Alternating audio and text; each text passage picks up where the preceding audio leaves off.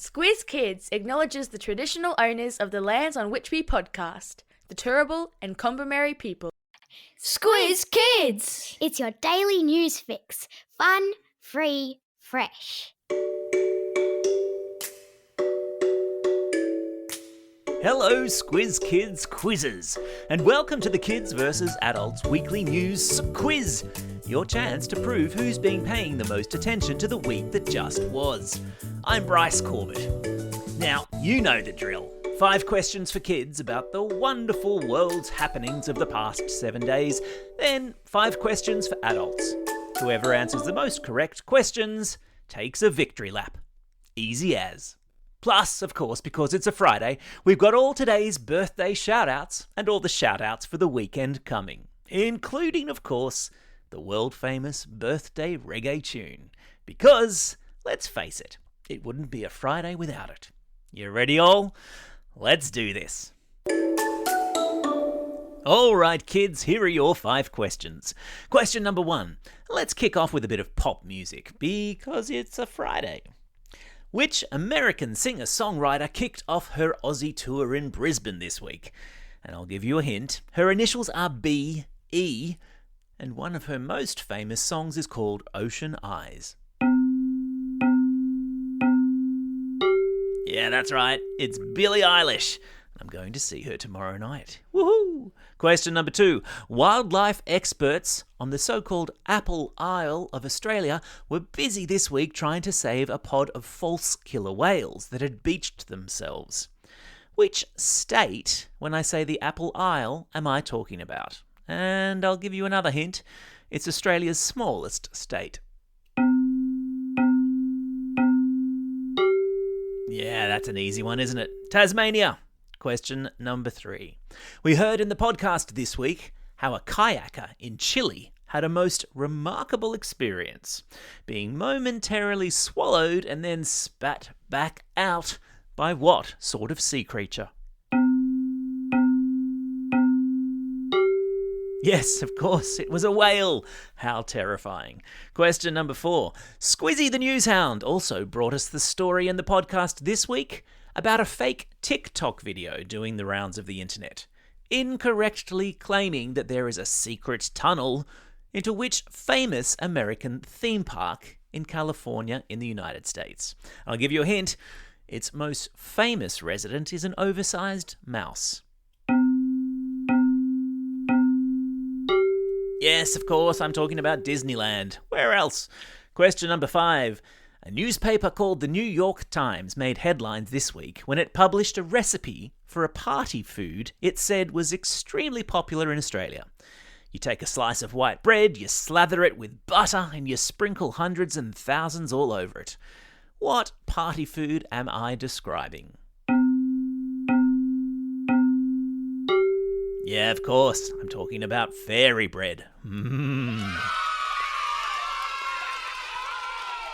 Alrighty, how did you go, kids? Smash it out of the ballpark? Feeling pretty cocky? Okay, let's see how the big people go. Alright, adults, now it's your turn. Time to show those kids who's boss. Question number 1. Let's get all financial for our first question for the adults. And the Reserve Bank gave mortgage holders a bit of breathing room this week when it reduced official interest rates. Is that statement true or false? It is in fact true. Question number 2. The South Australian Premier made headlines towards the end of this week when he put a big manufacturing plant in Whyalla into something called administration. What does that plant in Whyalla famously produce? That's right, it produces steel. Question number 3. What lung infection has knocked Pope Francis for 6 this week, keeping him bedridden and off duty? Yes, that's right, he has pneumonia. Question number 4. Still on all things papal, the BAFTA Awards this week named the Pope-inspired drama Conclave as the best movie. What does the B in BAFTAs stand for? Well done if you said British. BAFTA stands for British Academy of Film and Television Arts. Question number 5. Let's get all fast foody here for a moment.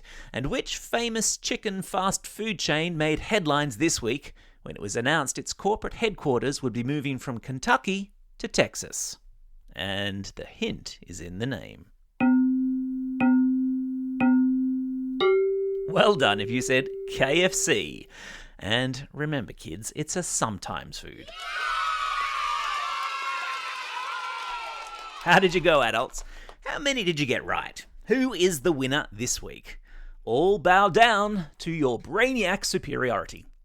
If you've missed any of these cool news stories throughout the week and you want to refresh your memory, don't forget that all of this week's Squiz Kids episodes are available for a re-listen wherever you get your podcasts. So, that's the end of the quiz, which means it's now time for... Shout-outs. It's Friday, February 21. Today is World Yoga Day, so get cracking on your downward dogs and your sun salutations. Today is also a special day for these Squiz Kids celebrating a birthday today and over the coming weekend. And because it's a Friday, let's crack out the old birthday reggae tune. Hit it!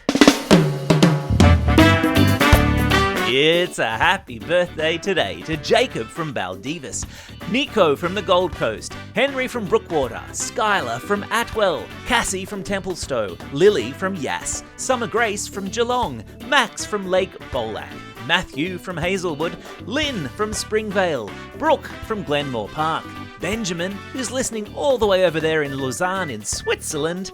Gosh, it must be cold there. Pike, who's listening all the way over there in Denmark. Must be even colder there. And Jerome, who's listening in Johor Bahru in Malaysia, where I suspect it's a little bit warmer. And Jaden, shout out to you also. You're listening in Massachusetts in the United States of America, where I suspect it's very chilly. And a belated birthday shout out goes to Arila from Holsworthy.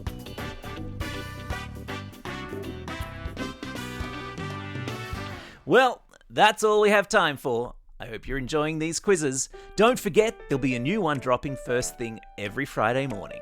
And the best bit, they're absolutely free. Just as all our other excellent content is indeed free too. Check it all out at squizkids.com.au or simply subscribe to Squiz Kids in your favourite podcasting app and all the audio content will magically appear.